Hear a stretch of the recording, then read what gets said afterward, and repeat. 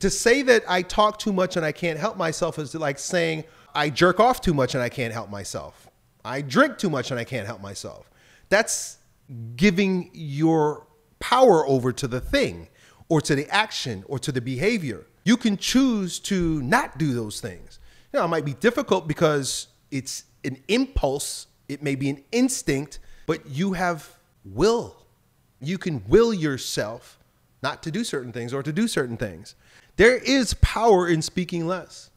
If you ever read the book, 48 Laws of Power, I don't know if it was King Henry or something. It was King Henry VIII or something like that. But one of the laws of power was say less. Say less. People who come to him, and he's a very powerful man, and people who come to him with questions all the time. And his answer was, we shall see. He never answered anybody. He never gave an excuse. He just said, we shall see. We shall see.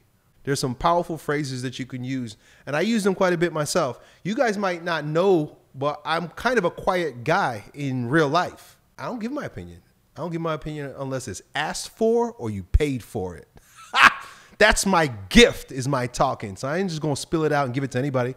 I don't cast my pearls before swine. So especially if somebody got an opinion that's completely antithesis to mine, I just say, is that so? Okay. It irritates the shit out of people, but it's a position of power. People think they're entitled to your talking too. If you're anything like me and you get into these situations, like you said, people are expecting you to talk. Well, you throw them a bone, you throw them a curveball. You keep your mouth shut and you just nod your head and say, is that so? Okay. If you say so, is that right? That's one of my favorites. Is that right? Okay. Think about a poker player, right? And in a way, life is kind of like poker. Think about a poker player who holds his cards close to him. He looks at his cards, he reads the table, and then he makes a decision. Versus a poker player who's got his cards laid out. He's sitting back and he's making jokes. Everybody's looking at his cards. They know what he's got going on. There's no mystery with it all, so they can just take advantage of him. That's what your uncles do. They're waiting for you to say something so that they could jump on it. I got alpha male uncles too.